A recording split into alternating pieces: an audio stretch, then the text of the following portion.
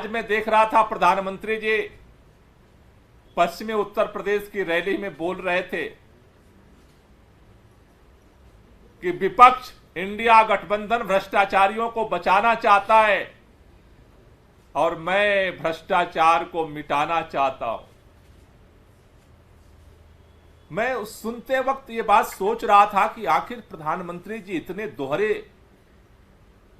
व्यक्तित्व के साथ कैसे जी लेते हैं। पूरा देश देख रहा है कि आप अजित पवार को बचाने में लगे हुए, जिनके ऊपर आपने खुद अपने जुबान से भ्रष्टाचार के आरोप लगाए थे। पानी पी करके आप उनको गालियां देते थे, सारी उपाधियां देते थे। आप अजित पवार को बचाने में लगे हुए, अशोक चौहान को बचाने में लगे हुए, छगन भुजबल को बचाने में लगे हुए। देश के अंदर अब तो पूरी फेहरिस्त सामने आ चुकी। 23 से ज्यादा ऐसे मामले जिनके ऊपर आपकी ईडी सीबीआई ने एफआईआर किया, कई लोगों की गिरफ्तारियां की।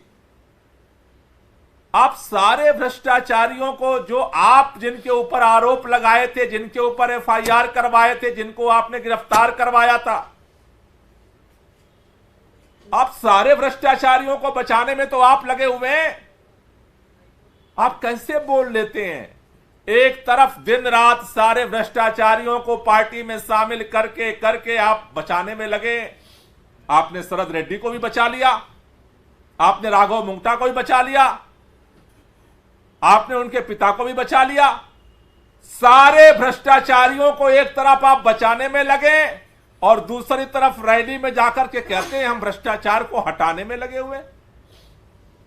प्रधानमंत्री जी, आज ये पूरा देश आपके इस दोहरे व्यक्तित्व को देख रहा है और इसलिए जिस तरह से आपने दिल्ली के एक चुने हुए मुख्यमंत्री को गिरफ्तार करवाया, दिल्ली के लोगों के दिलों में आक्रोश है, पूरे देश के अंदर लोगों में आक्रोश है, पूरे दुनिया के अंदर जहां भारत के बेटे बेटियां रहते हैं उनके भी दिलों में आक्रोश है।